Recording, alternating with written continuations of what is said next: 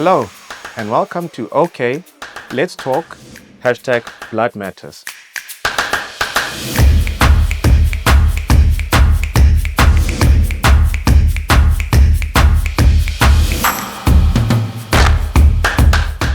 So on our first episode, we're going to be talking about Global Ethics Day 2025. And with me today, I've got Mr. Ravi Reddy, who's our Chief Ethics Officer, also our Chief Executive Officer. And I'm your host, Lulama Kabaka, the Ethics Officer at the SANBS. Right, Ravi, welcome. Thank you. Great to be here. And thank you for joining us on this very first episode. It's our pilot episode. So we're looking forward to it.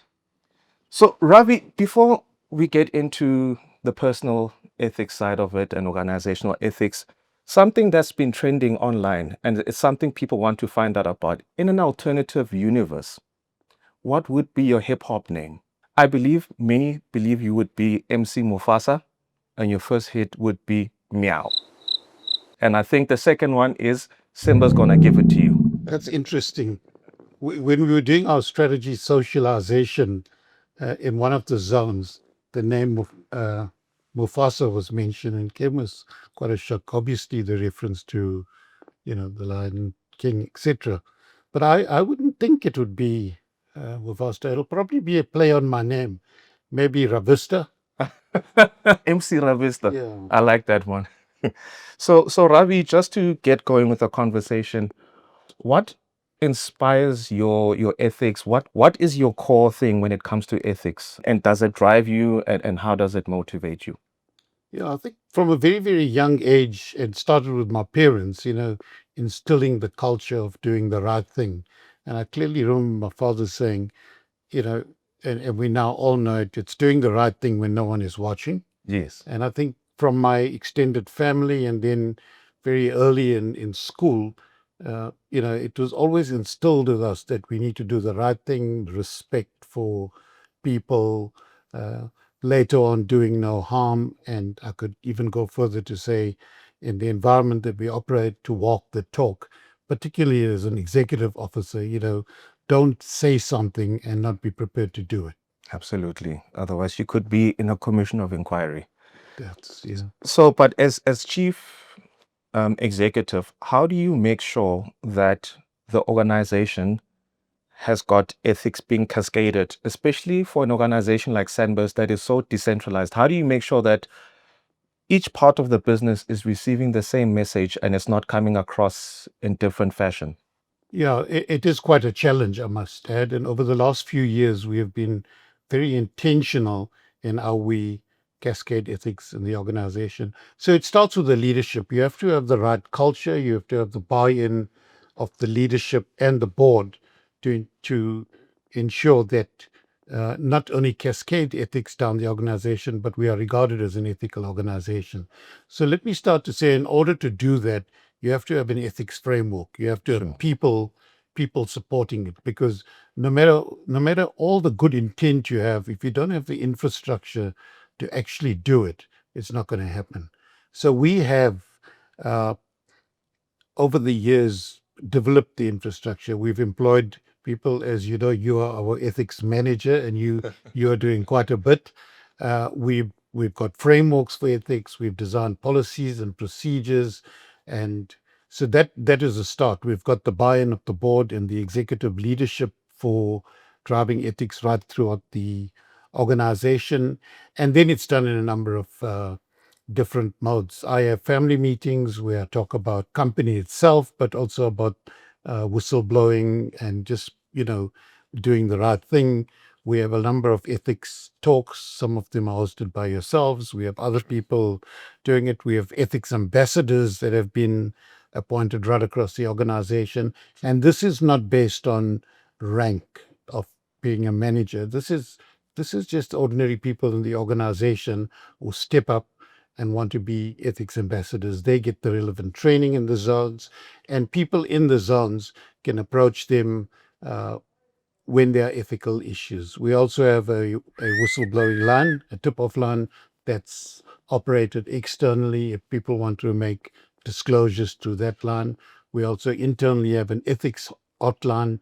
So there's a number of different modes. And we also encourage in all meetings to have ethics moments where people can bring up ethical dilemmas. So that, in a nutshell, would be what we are trying to do. Which is interesting. I mean, when I got to SANBS, I found it quite interesting that almost every meeting kicks off with an ethics moment before they get into the business of the day. So it shows signs of putting ethics at the top instead of having it as an afterthought, which I think is quite interesting.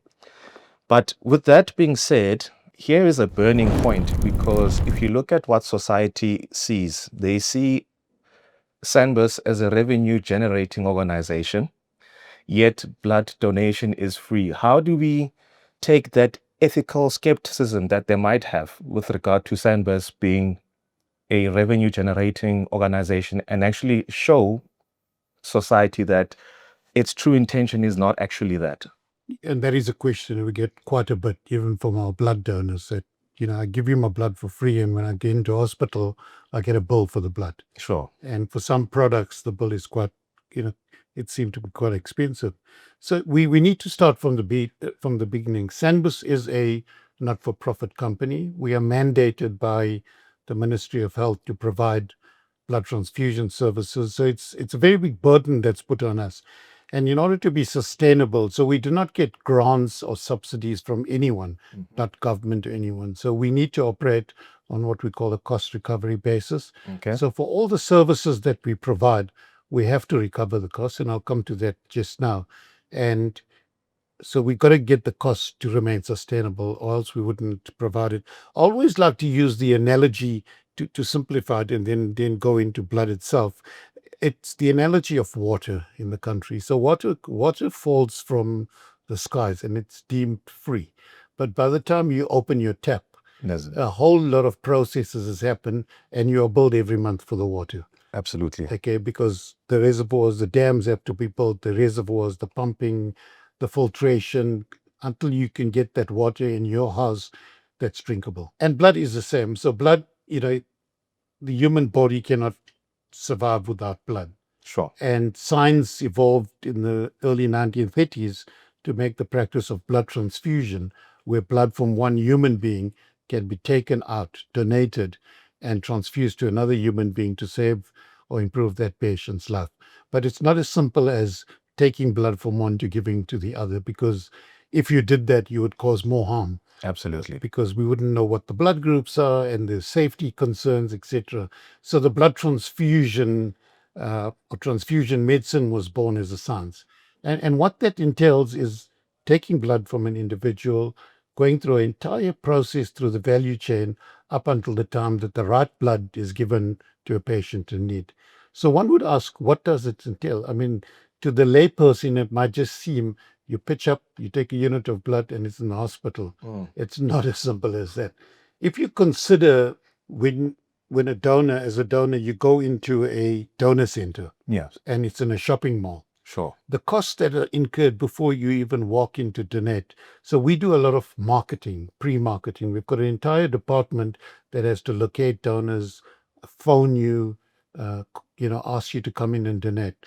Believe it or not, we pay the same rentals for the space in those shopping malls as your Checkers and Pick and Pay and others. We don't get it for free, so we have to pay. So there's no special concession because you are. No, there's no concession. Even often when we go in all blood routes in areas, we have to pay rentals for space. But to come back to that, so we pay for all of that. We employ professional staff. So pay the regulations, we have to have registered or professional nurses at our donor centers. Sure. And the nursing profession is quite a scarce skill in the country. So we have to pay market related salaries. If we don't, we will not have nurses. And we're competing with the private sector, the public sector. So the salaries make up more than 45% of our total costs. Then you look at the equipment that we have in the center. I'll just give you an example. The blood bag that the blood is collected Yes. is manufactured overseas. It's a pharmaceutical product. It's got a liquid in it. If you have to have a look, it's called an anticoagulant. And that's to keep the blood, when it's taken from you, it's to keep it in a liquid form. If it was not there, the blood would clot, and it would be of no value to anyone within 5 minutes. So we also have preservatives because we have to keep the blood in the fridge for up to 42 days before it can be transfused. So there are preservatives that help the blood to keep fresh while it's in the bag. Is the preservative In the already in bag, the bag? Already? yeah, it's within the formulation of the bag. So that's a cost. Okay, it's a regulated product. It's a cost. It's quite a significant cost actually. So once the blood is in there, we have a logistics network of over 400 of our own vehicles. Plus, we have national couriers, and this is to move the blood from the donor center to what we call processing labs. Because it's also not good to simply take a unit of whole blood and just simply transfuse it to a patient. We make up to 3 products from each unit of blood. So we make a red cell concentrate, we make a plasma product, and we make what we call platelets. Now, each one of those goes to a patient, particular patient in need. For example, you give a red cell to someone who's got anemia. So they've got low hemoglobin, they're battling, to breathe, to transport blood within it. So giving that unit of red cells increases the hemoglobin. A platelet that's derived Sorry from to blood. take you back. What is a hemoglobin? So the hemoglobin is your oxygen carrier. So when you're breathing Okay. and air goes into your lung, it actually goes into your red cells, into the hemoglobin, and that's carried throughout the body. So that's actually giving you life. If you don't breathe and don't take in oxygen, you'll die very quickly. So that's as important as the red cells. And platelets, for example, is if you're getting cancer treatment, stem cells, and a number of other very, very ill patients will need platelets. Sure. So if it's not there, a lot of the treatment is going to. So to come back, that unit of blood is transferred within cold chain. Everything has to be done within specific temperatures to maintain the quality of the blood. So that blood goes into the processing centers where we have state-of-the-art processing equipment to maintain the aseptic or sterility of the blood. We don't want to introduce bugs into the blood and cause harm to sick patients. So that's done. And the infrastructure there is extremely significant.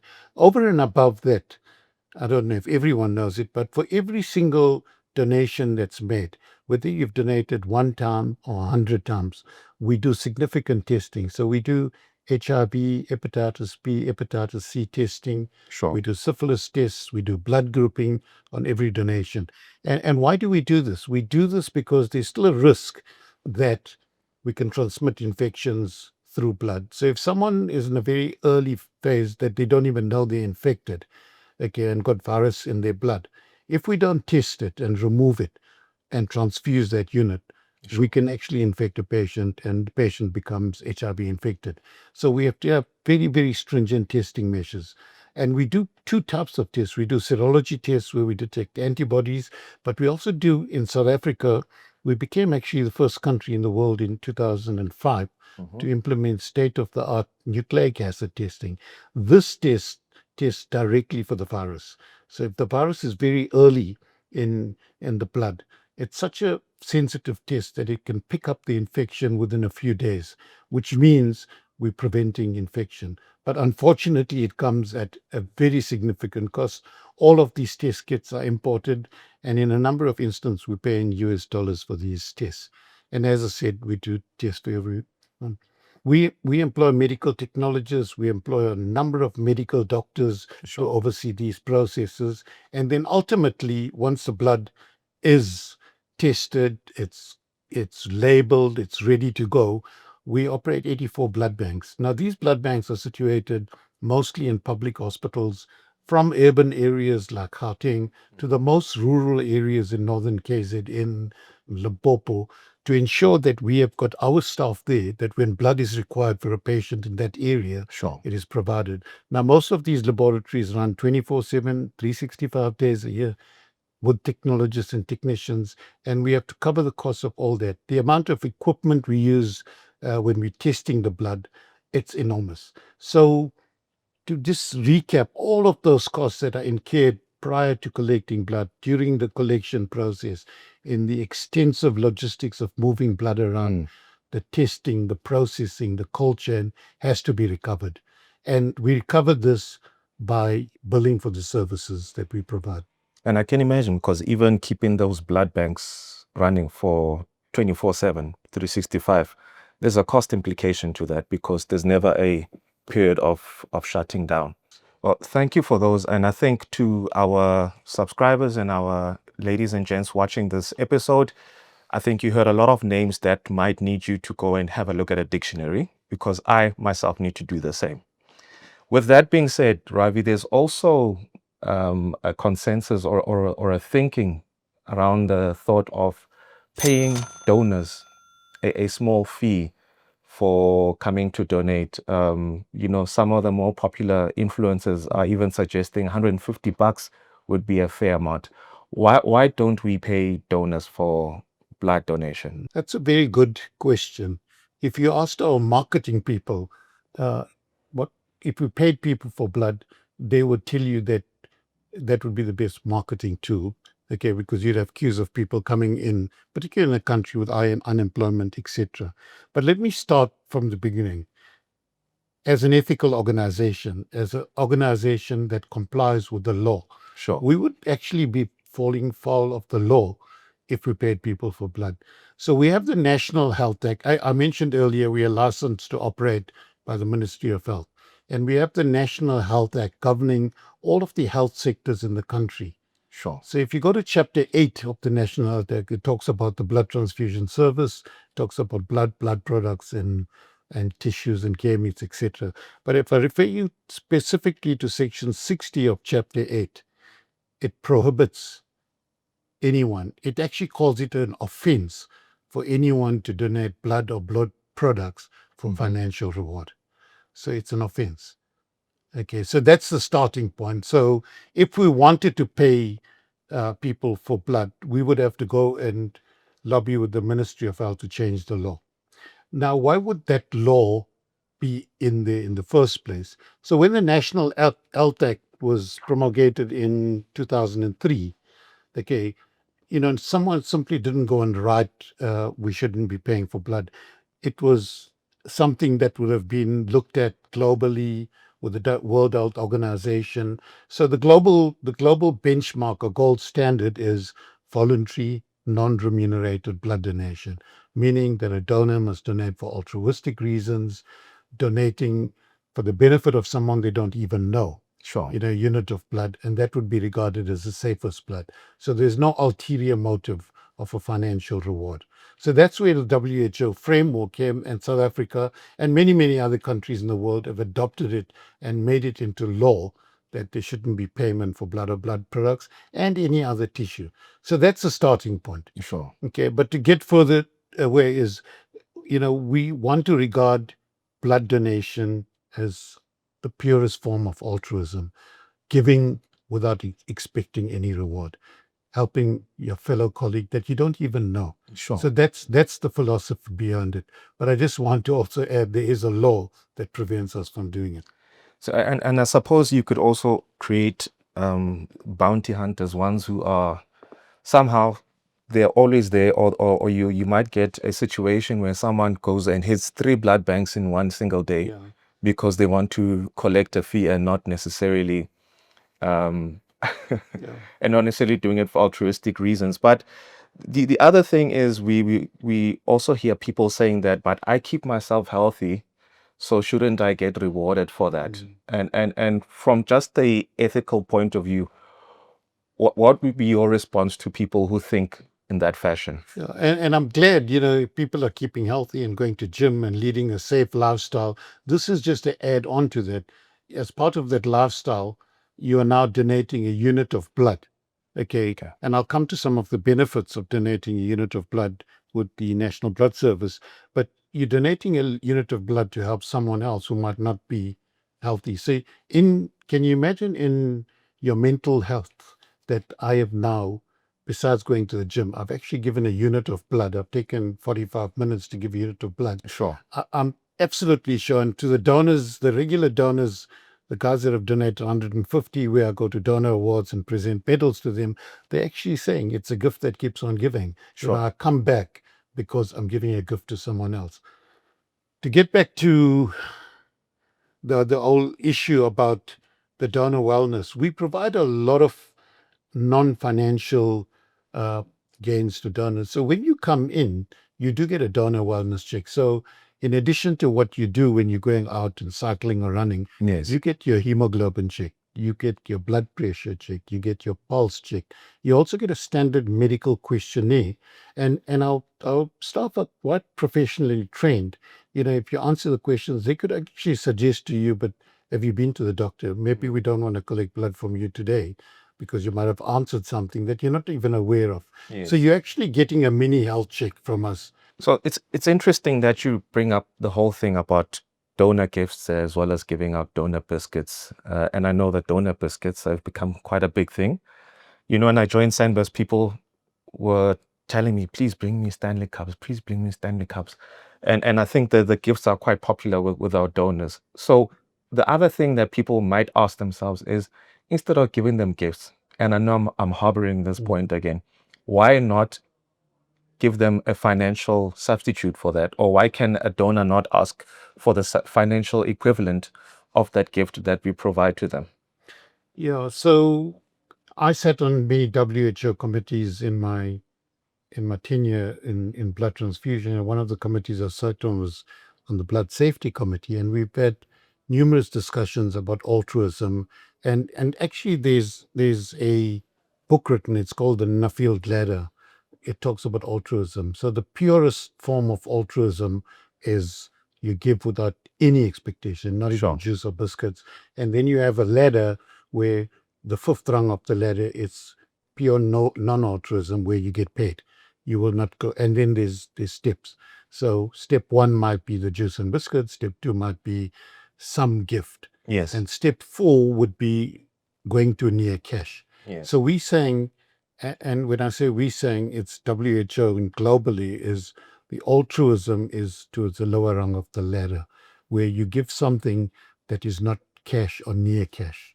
So it can't be traded. Mhm. Okay. And I'll come to the explanation of that. So the token of appreciation is something that is more branding for SANBS. It's something that you can use, but it's not something that will make you want to come and donate blood, because you don't even know sometimes what gift you're getting. So if you know you're going to get 150 rands in cash, you will sometimes, and I'm not making this as a blanket statement, but there will be individuals, because of the need, that's the cash, and I need this because I just don't have money, will come to donate blood, and they might hide maybe a medical illness which could be detrimental to them, or high risk behavior that happen, thinking that I don't have to tell you that I had high risk behavior yesterday because you've got testing, you'll pick it up. But as I mentioned, there's still a risk. So it might make people who wouldn't ordinarily donate blood for altruistic reasons come in because they know that there's going to be something cash or near cash. So the converse of it is people come in to donate for altruistic reasons, and we give them these gifts, which is not readily exchangeable as cash, Sure. as a token of appreciation. So you get a mug or a t-shirt, not quite a t-shirt, but you'll get some of the famous SANBS gifts. Not everyone, will say, but couldn't you give me something bigger, Sure. like a television set or something? But no, you will get our small tokens of appreciation. So that's where it is. So in the Nuffield ladder, as I call it, Yes. giving a token of appreciation is still something that is fine. But the ones you're going to try and convert that, say it's 50 rands, that's what we paid for something.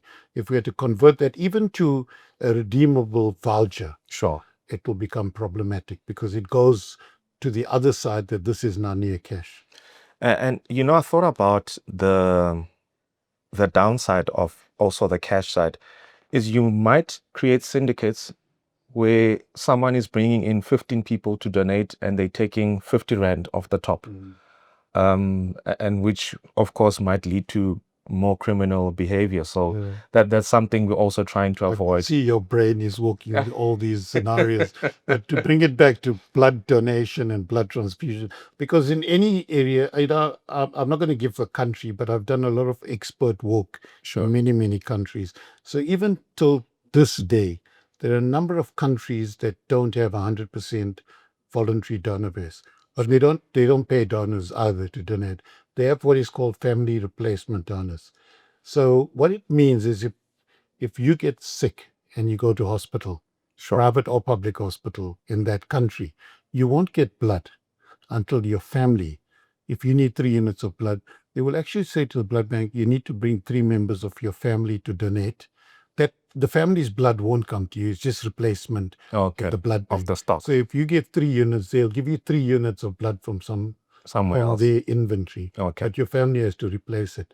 But I've seen exactly to where you're going. So the families may be rich or they've got some, they won't go and donate, but they will pay touts, people that are standing around and say, you know what, Go. you go and tell the blood bank that you're donating for Mr. Lulama, Mm-hmm. and you donate, and you come back, and here's And $2 or 50 rands or whatever. So that's we globally, it's a medical miracle.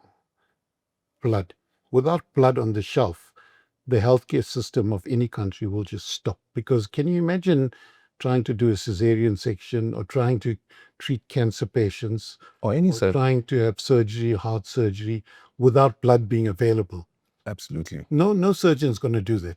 You're going to delay the process. People are going to die, but no one's going to risk doing that without blood being available.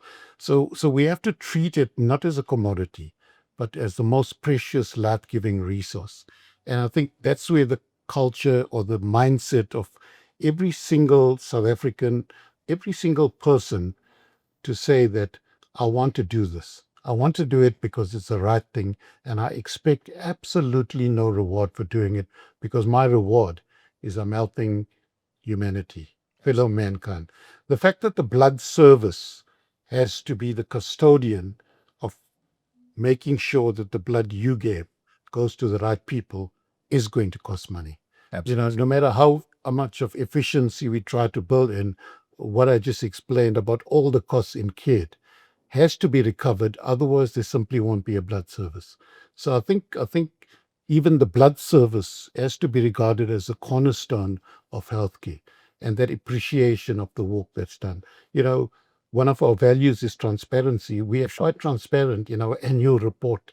We're not obliged with the level of declaring things in the annual report, but we're quite transparent about it. And that's also from our ethics, guidance, or from we're Great. coming from an ethical point of view, that Sure. we want to be absolutely transparent in our cost drivers and where things are. I mean, yeah, so thank you so much for that. And with the Global Ethics Day 2025, the theme for this year is ethics re-envisioned. What are your thoughts around that, and what message would you want to give to anybody watching this?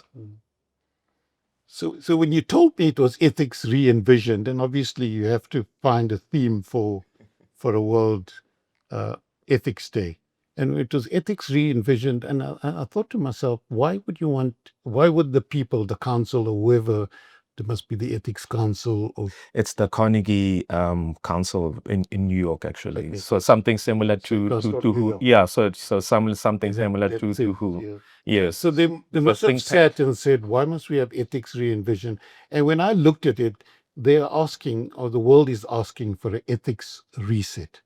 When you look at what's happening in the world today, and I'm not going to go into specific countries, but the geopolitical issues, the greed, just what is happening, I think, to me, the ask is for ethics reset, both at an individual level, that we, all of us, everyone, leaders, politicians, people working in government, need to look at ourselves individually and say, are we living true to our values? True. And at an organization or country, political level, I think the ask is, let's re-envision what we want to do.